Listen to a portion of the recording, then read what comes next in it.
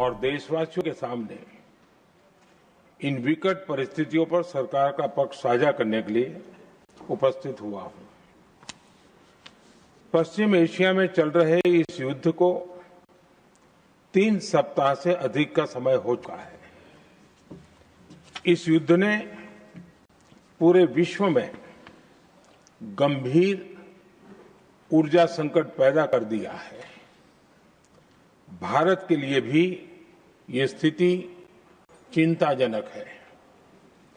इस युद्ध से हमारे व्यापार के रास्ते प्रभावित हो रहे हैं।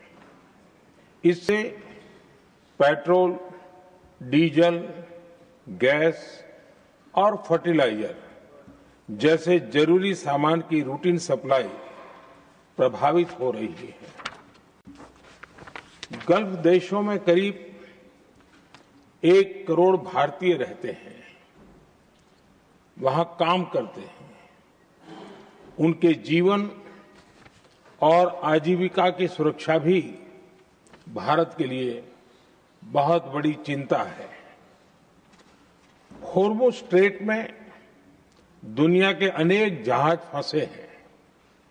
उनमें बहुत बड़ी संख्या में भारतीय क्रू मेंबर्स हैं। ये भी भारत के लिए एक बड़ी चिंता का विषय है। ऐसी विकट परिस्थिति में आवश्यक है कि भारत की संसद के इस उच्च सदन से शांति और संवाद की एकजुट आवाज पूरे विश्व में जाए।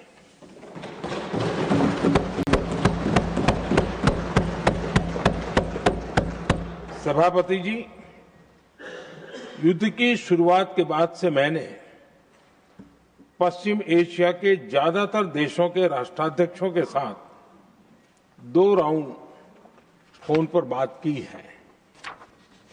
हम गल्फ के सभी देशों के साथ लगातार संपर्क में हैं। हम ईरान, इजराइल और अमेरिका के साथ भी संपर्क में हैं।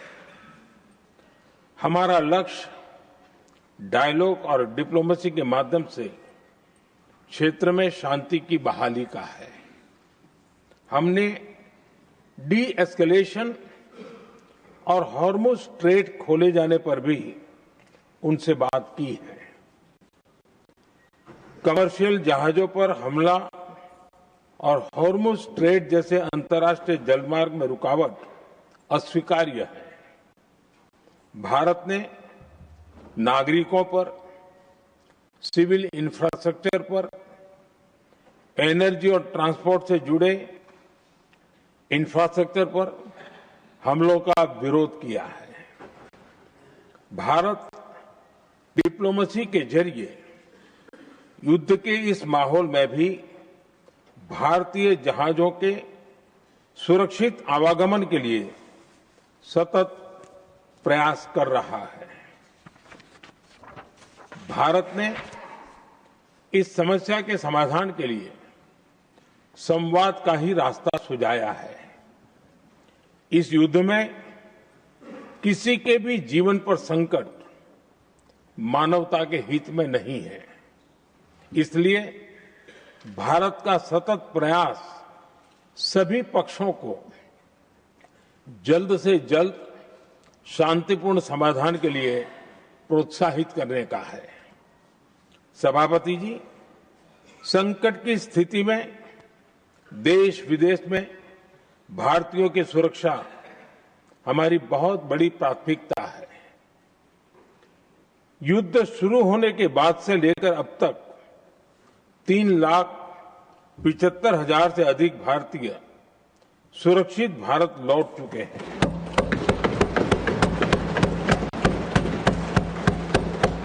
ईरान से ही अभी तक 1,000 से अधिक भारतीय सुरक्षित वापस लौटे हैं।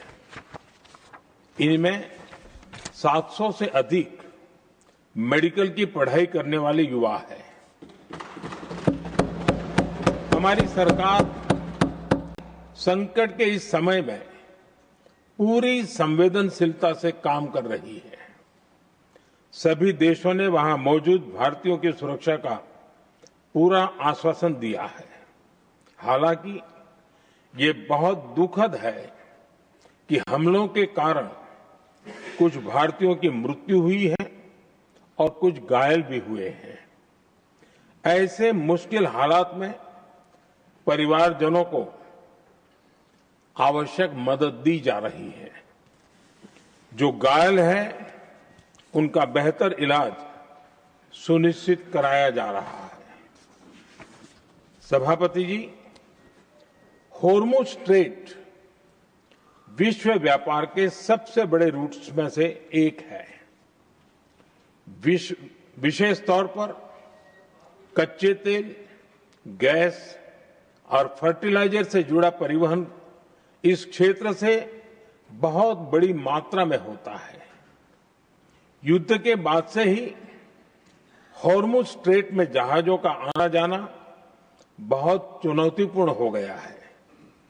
लेकिन विपरीत परिस्थितियों के बावजूद हमारी सरकार ने संवाद से, कूटनीति के माध्यम से रास्ते बनाने का प्रयास किया है। प्रयास ये है कि जहां से भी संभव हो वहां से तेल और गैस की सप्लाई भारत पहुंचे। ऐसी हर कोशिश के नतीजे भी देश देख रहा है। बीते कुछ दिनों में दुनिया के अनेक देशों से कच्चा तेल और एलपीजी से भरे जहाज भारत आए हैं।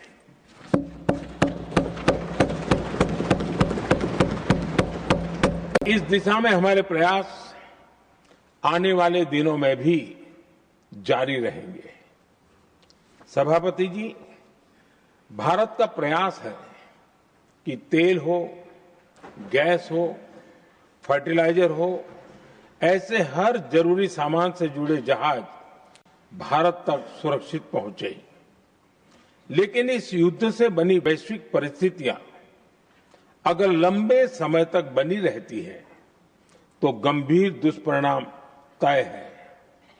इसलिए भारत ने अपनी रेजिलियंस बढ़ाने के लिए जो भी प्रयास बीते वर्षों में किए हैं, उनको और गति दे रहा है। सभापति जी, कोई भी संकट हो, वो हमारे हौसलों और हमारे प्रयास दोनों की परीक्षा लेता है। देश ऐसे संकटों का बेहतर तरीके से सामना कर सके, इसके लिए बीते 11 वर्षों में निरंतर निर्णय लिए गए हैं। एनर्जी इंपोर्ट का डाइवर्सिफिकेशन ऐसे ही प्रयासों का हिस्सा है। पहले क्रूड ऑयल, एलएनजी, एलपीजी ऐसी एनर्जी जरूरतों के लिए 27 देशों से इंपोर्ट किया जाता था। वहीं आज भारत 41 देशों से एनर्जी इंपोर्ट करता है। बीते दशक में भारत ने संकट के ऐसे ही समय के लिए कच्चे तेल के भंडारण को भी प्राथमिकता दी है। हमारी तेल कंपनियां संकट के समय के लिए काफी मात्रा में पेट्रोल और डीजल का भंडार रखती हैं। बीते 11 वर्षों में 53 लाख मीट्रिक टन से अधिक का स्ट्रेटेजिक पेट्रोलियम रिजर्व भी डेवलप किया गया है और 65 लाख मैट्रिक टन से अधिक के रिजर्व की व्यवस्था पर देश काम कर रहा है। साथ ही बीते दशक में भारत की रिफाइनिंग कैपेसिटी भी अच्छी खासी बढ़ाई गई है। मैं आपके माध्यम से सदन को और देश को ये आश्वासन देना चाहता हूं कि भारत के पास क्रूड ऑयल के पर्याप्त स्टोरेज के और निरंतर सप्लाई की व्यवस्थाएं हैं। सभापति जी, हमारी सरकार की कोशिश है कि ईंधन के किसी एक ही स्रोत पर ज्यादा निर्भरता न रहे। सरकार घरेलू गैस सप्लाई में एलपीजी के अलावा पीएनजी पर भी बल दे रही है। बीते दशक में देश में पीएनजी कनेक्शन पर अभूतपूर्व काम हुआ है। बीते दिनों में इस काम को और तेज किया गया है। साथ ही एलपीजी के घरेलू उत्पादन को भी बड़े पैमाने पर बढ़ाने का प्रयास किया जा रहा है। सभापति जी, बीते वर्षों में सरकार का निरंतर प्रयास रहा है कि हर सेक्टर में दूसरे देशों पर निर्भरता कम से कम हो। हम ज्यादा से ज्यादा आत्मनिर्भर हो, यही एकमात्र विकल्प है। जैसे भारत का 90% से अधिक ट्रेड विदेशी जहाजों पर होता है। ये स्थिति किसी भी वैश्विक संकट में भारत की स्थिति को और भी गंभीर बना देती है। इसलिए सरकार ने मेड इन इंडिया जहाज बनाने के लिए करीब 70,000 करोड़ रुपए का अभियान शुरू किया। भारत आज ship building, ship breaking, maintenance and overhauling ऐसी हर सुविधा के निर्माण पर तेज गति से काम कर रहा है। भारत अपने डिफेंस सेक्टर को भी अधिक रेजिलिएंट बना रहा है। बीते दशक में किए गए प्रयासों से भारत आज अपनी जरूरत के अधिकांश हथियार भारत में ही बना रहा है। एक समय था जब भारत अपने जीवन रक्षक दवाओं के कच्चे माल यानी एपीआई के लिए भी दूसरे देशों पर बहुत अधिक निर्भर था। बीते वर्षों में देश ने भारत में ही एपीआई इकोसिस्टम बनाने के लिए अनेक प्रयास किए हैं। इसी प्रकार रेयर अर्थ मिनरल्स में विदेशी निर्भरता को कम करने के लिए भी बड़े कदम उठाए जा रहे हैं।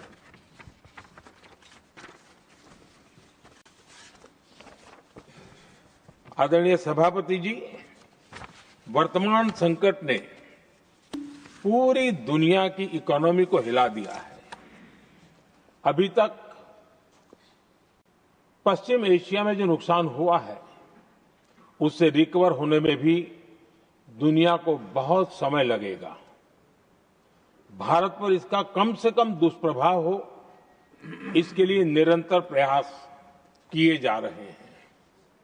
हमारी इकोनॉमी के फंडामेंटल्स मजबूत हैं और सरकार पल पल बदलते हालात पर नजर रखे हुए है। सरकार इसके शॉर्ट टर्म, मीडियम टर्म और लॉन्ग टर्म ऐसे हर प्रभाव के लिए एक रणनीति के साथ काम कर रही है। भारत सरकार ने एक इंटर मिनिस्ट्रियल ग्रुप भी बनाया है। ये ग्रुप नियमित मिलता है और हमारे इंपोर्ट एक्सपोर्ट में आने वाली हर दिक्कत का आकलन करता है और ये ग्रुप आवश्यक समाधान पर भी निरंतर काम करता रहा है। जैसे कोरोना के समय में अलग अलग सेक्टर्स की चुनौतियों से निपटने के लिए एक्सपर्ट्स और ऑफिसर्स के एम्पावर्ड ग्रुप्स बने थे, वैसे ही कल ही ऐसे 7 नए एम्पावर्ड ग्रुप्स का भी गठन किया गया है। ये group supply chain, petrol diesel, fertiliser, gas, महंगाई ऐसे विषयों पर त्वरित और दूरगामी रणनीति के तहत कार्रवाई करने का काम करेंगे। मुझे पूरा भरोसा है कि साझा प्रयासों से हम परिस्थितियों का बेहतर सामना कर पाएंगे। आदरणीय सभापति जी, सरकार ये भी प्रयास कर रही है कि आने वाले बुआई के सीजन में किसानों को पर्याप्त खाद मिलती रहे। सरकार ने खाद की पर्याप्त सप्लाई के लिए आवश्यक तैयारियां की हैं। सरकार का निरंतर प्रयास है कि किसानों पर किसी भी संकट का बोझ न पड़े। मैं देश के किसानों को फिर आश्वस्त करूंगा कि सरकार हर चुनौती के समाधान के लिए उनके साथ खड़ी है।